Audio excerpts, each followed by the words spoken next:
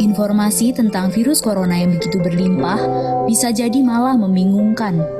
Maka dari itu, kita memerlukan protokol kesehatan yang alurnya jelas, sederhana, dan mudah dipahami.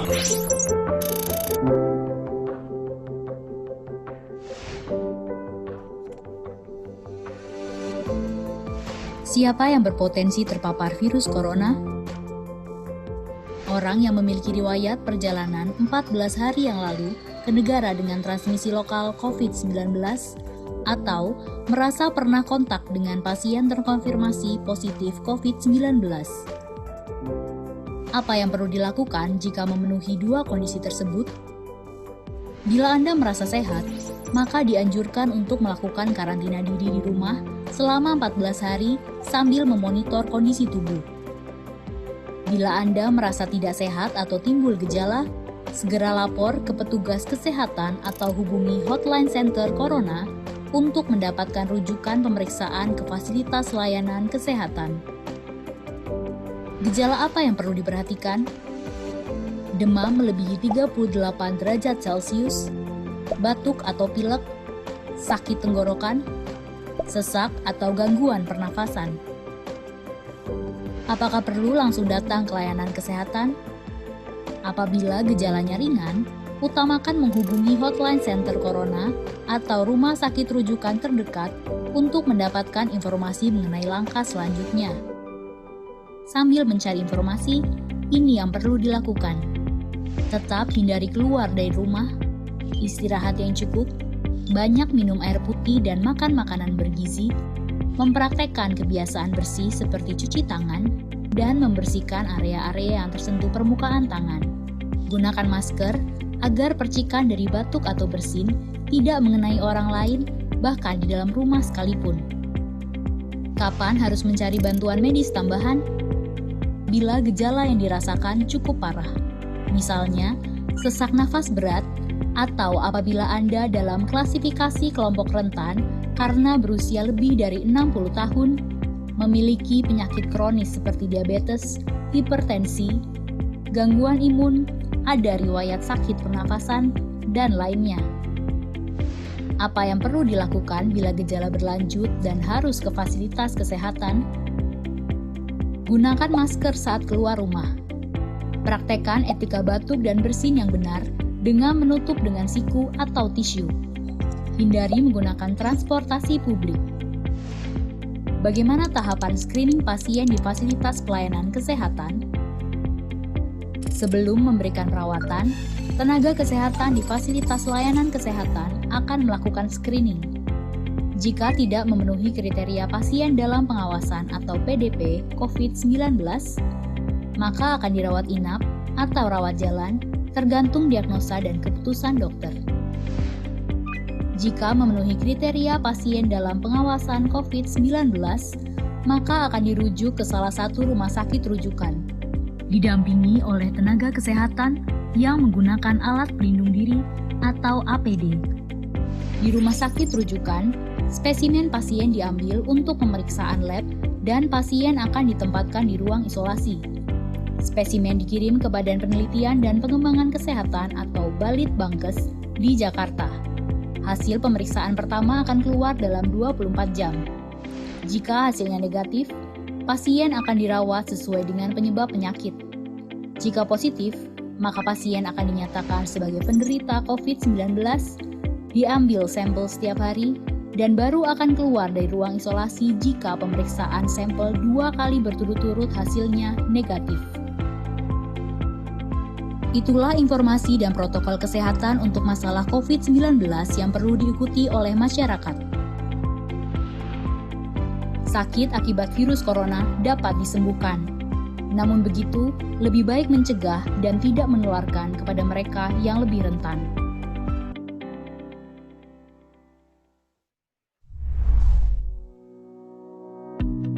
Wabah virus corona bisa kita hindari bila mereka yang terkena penyakit ini melakukan isolasi diri.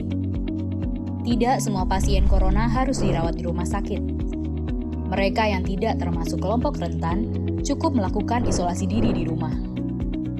Protokol isolasi diri sendiri dalam penanganan COVID-19.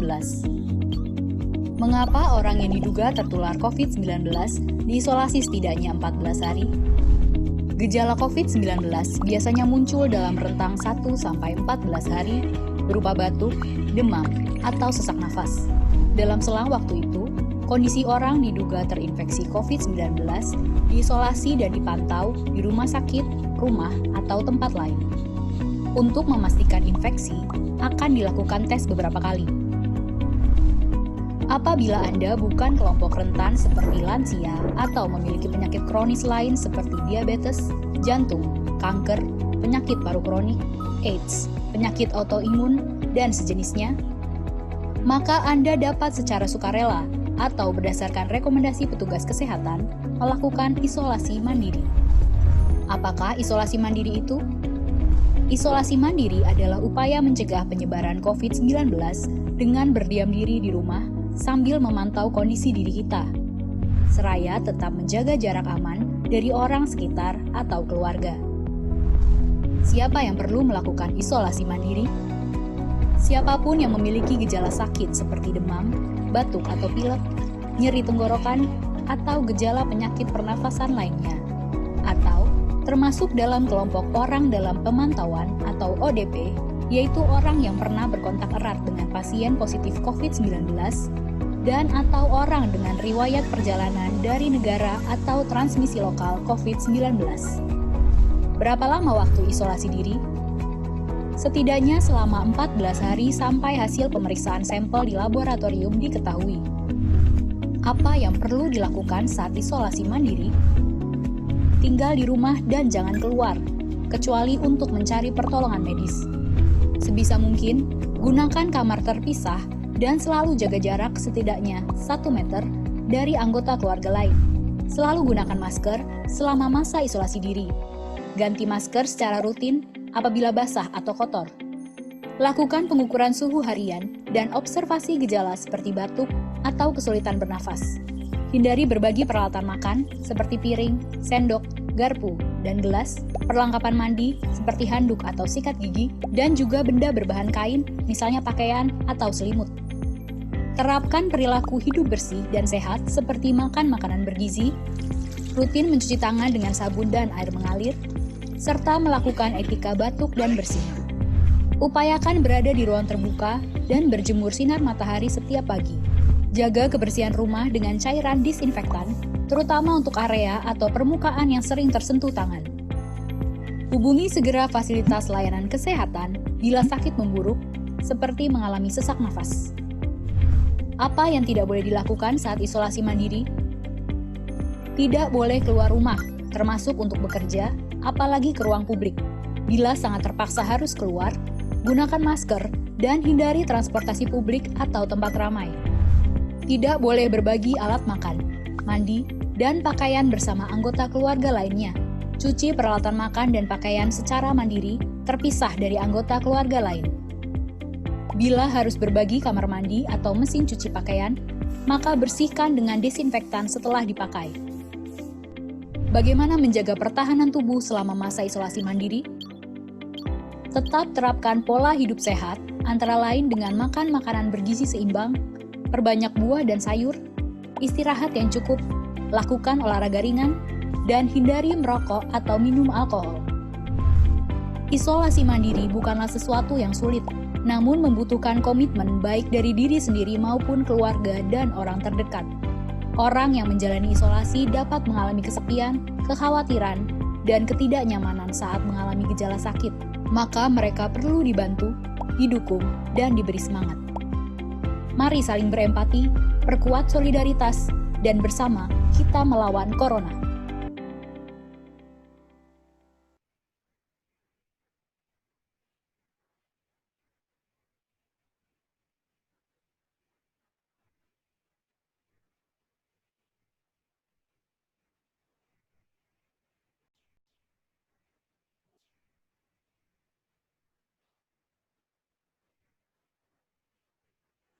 Ya, Assalamualaikum warahmatullahi wabarakatuh.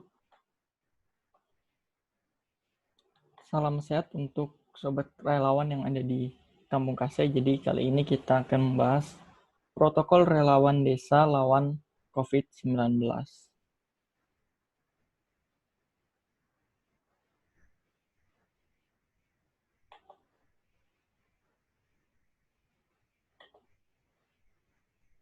Oke, langsung saja.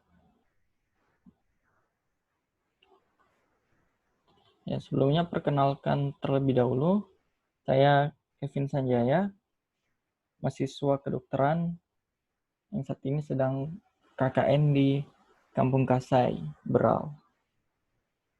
Nah,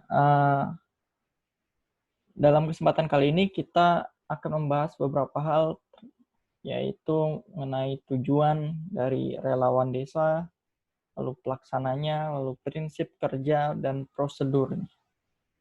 Yang pertama adalah tujuan. Jadi tujuan dari relawan desa lawan COVID-19 ini adalah sebagai langkah pencegahan dan penanganan COVID di desa dapat berjalan secara efektif. Jadi dapat diharapkan nantinya dapat mencegah penularan COVID-19 di desa ini dan juga dapat melaksanakan penanganan COVID-19 di desa secara efektif. Jadi kalau kita menemukan pasien dengan gejala COVID, maka dapat dilakukan penanganan dengan efektif dan cepat, sehingga mengurangi risiko penyebaran COVID di desa. Lalu pelaksananya adalah relawan desa lawan COVID-19 yang dalam hal ini adalah relawan di Kampung Kasai. Lalu prinsip kerjanya adalah kita dalam melaksanakan seluruh kegiatan ataupun aktivitas, kita menggunakan prinsip gotong royong. Jadi kita melibatkan semua warga masyarakat desa, mulai dari kepala kampung, lalu ke ketua RT, ketua RW, dan berbagai elemen masyarakat di desa. Nah, prosedurnya bagaimana? Jadi, untuk prosedur dari relawan desa ini, yang pertama kita membuat strukturnya terlebih dahulu. Jadi, kita membentuk struktur relawan desa lawan COVID. Lalu selanjutnya kita menyusun rencana kerja. Jadi, apa saja yang akan kita lakukan gitu. Lalu kita mendirikan posko di kantor kepala desa atau di tempat yang representatif, atau misalnya balai desa kah, atau tempat-tempat yang lainnya. Lalu kita bisa menyiapkan peralatan, bahan, dan fasilitas yang digunakan untuk operasional posko tersebut. Nah, yang kedua adalah kita memberikan edukasi terkait COVID-19. Nah, edukasinya ini bisa terkait dengan gejala, lalu cara penularannya, dan pencegahan. Ini kita bisa melihat dari situs di WHO ataupun Kemenkes seperti itu untuk materi edukasinya. Lalu juga dalam memberikan edukasi ini kita bisa melalui pamflet, poster, spanduk, brosur, baliho, ataupun pengeras suara di tempat ibadah, atau kita bisa keliling desa, dan bisa juga disebarkan melalui media sosial. Misalnya ada grup WA warga desa seperti itu. Kita bisa menyebarkan informasi terkait edukasi COVID ini melalui beberapa hal tersebut. Lalu kita mendata penduduk yang rentan sakit. Jadi kenapa ini penting? Jadi untuk penduduk yang rentan sakit ini kita harus berikan perhatian lebih. Jadi karena COVID-19 sampai saat ini belum ada pengobatannya. Obat yang benar-benar bisa membunuh virus COVID itu sendiri, coronavirusnya. Nah, oleh karena itu, untuk penduduk yang rentan sakit, yang berusia lanjut di atas 60 tahun, balita, lalu orang yang memiliki penyakit menahun atau penyakit bawaan, misalnya diabetes, penyakit jantung, penyakit liver, hipertensi, dan lainnya, itu perlu kita data. Karena jika penduduk rentan sakit ini yang terkena, maka kita harus segera memberikan penanganan secara cepat dan intensif seperti itu untuk mencegah gejalanya semakin memburuk.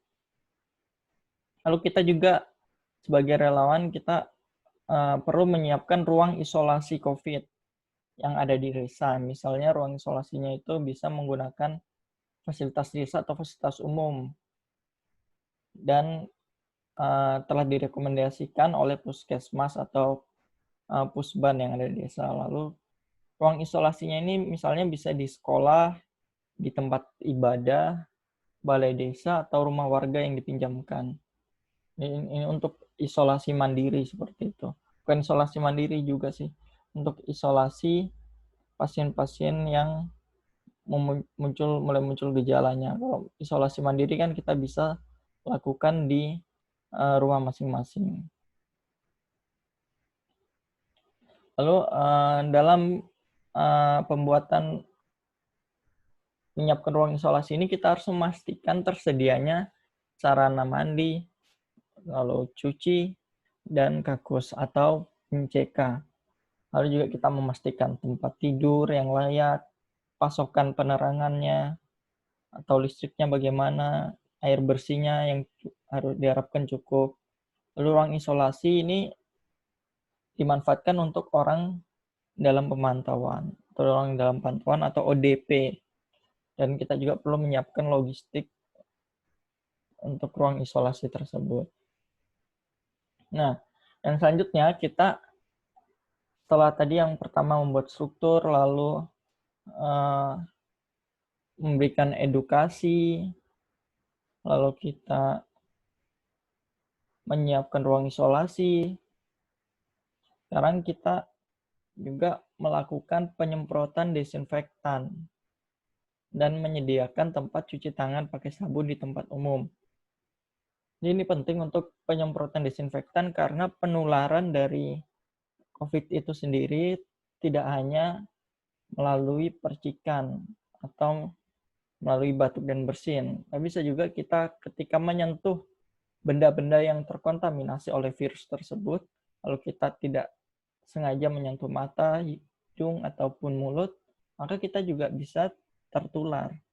Karena itu kita perlu melakukan desinfektan tempat-tempat umum dan juga menyediakan tempat cuci tangan pakai sabun di tempat umum. Tempat umumnya itu misalnya di sekolah atau di pasar, lalu tempat-tempat ibadah, balai desa, dan lain-lain.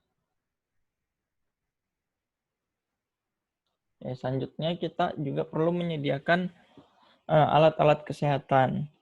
Nah, alat kesehatan ini yang digunakan untuk deteksi dini, untuk screening, untuk perlindungan juga, dan pencegahan penyebaran wabah ini. Dalam menyediakan alat kesehatan ini, kita berkoordinasi dengan puskesmas atau tenaga kesehatan yang ada di desa. Misalnya, menyediakan termometer atau alat ukur suhu lainnya, sarung tangan, lalu masker, alat pelindungan diri, dan lain-lain. Dan kita juga perlu menyediakan alat deteksi dini yang non-medis.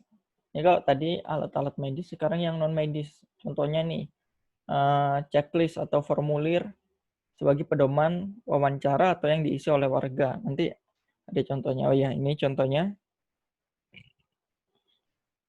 Misalnya ini kalau ini checklist yang diisi oleh relawan. Jadi kita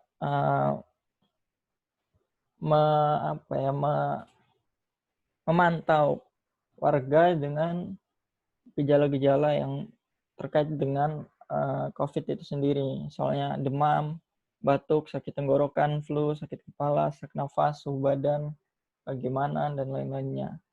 Tak pantau terus agar kita bisa memastikan bahwa desa kita ini, Kampung Kasih ini benar-benar aman dari penularan COVID. Dan kita juga jika ada mulai muncul gejala, maka kita bisa mendeteksi secara cepat seperti itu. Sebelum orang yang menunjukkan gejala ini berinteraksi dengan orang banyak. Jadi penularannya itu bisa diminimalisir. Kalau ini yang diisi oleh warga desanya sendiri. Jadi misalnya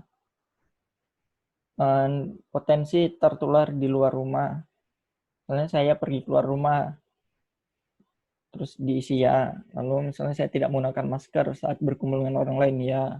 Dan sebagainya ini sudah sangat jelas. Lalu ini ada potensi tertular juga di dalam rumah misalnya.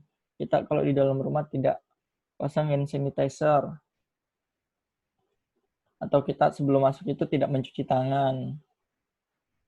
Lalu misalnya tidak segera mandi atau tidak segera mandi atau keramas ketika tiba di rumahnya.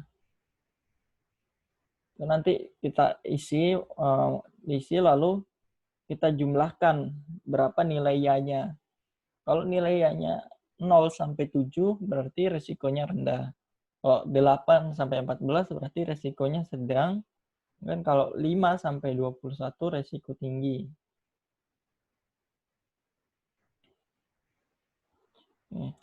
Lalu kita juga menyediakan informasi nomor telepon dari rumah sakit rujukan COVID. Kita sediakan. Kalau untuk call center sendiri, untuk daerah Berau itu nomornya adalah 0821 4949 2491. Itu call center untuk daerah Berau. Lalu juga kita menyediakan informasi nomor telepon misalnya ambulan ataupun nomor telepon kelompok relawan yang ada di desa. Lalu kita juga mendirikan pos jaga gerbang desa selama 24 jam. Nanti bisa diatur misalnya dibuat shift-shiftan seperti itu.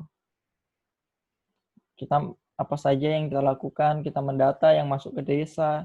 Misalnya dia dari zona merah, lalu kondisi kesehatannya bagaimana, apakah dia dalam keadaan demam, atau gejala COVID lainnya muncul. Untuk mendeteksi dini, kita lakukan pengukuran suhu sebelum mereka masuk. Dan untuk pencegahan, kita mewajibkan orang-orang yang mau masuk ke desa itu harus menggunakan masker. Dan kalau misalnya ada yang muncul gejala, maka kita bisa merekomendasikan untuk tempatkan di ruang isolasi terlebih dahulu. Nah, yang selanjutnya itu adalah kita harus bisa memastikan bahwa tidak ada kerumunan atau berkumpulnya banyak orang dalam berbagai kegiatan yang ada di desa. Jadi kita pastikan bahwa harus jaga jarak 2 meter, mengenakan masker, atau bisa juga kita membatasi jumlah peserta kegiatannya seperti itu. Untuk penanganan COVID di desa, kita akan bekerja sama dengan rumah sakit rujukan atau puskesmas tempat. Kita menempatkan orang dalam pemantauan ke ruang isolasi yang telah disiapkan, lalu kita menyiapkan logistiknya selama berada di ruang isolasi, melaporkan ke PDP, ke puskesmas atau gugus tugas COVID di kabupaten, melalui call center yang sudah saya sebutkan tadi, lalu menghubungi petugas medis dan gugus tugas kabupaten untuk penanganan warga yang diisolasi. Jadi harus selalu berkoordinasi dengan gugus tugas ataupun pihak tenaga kesehatan.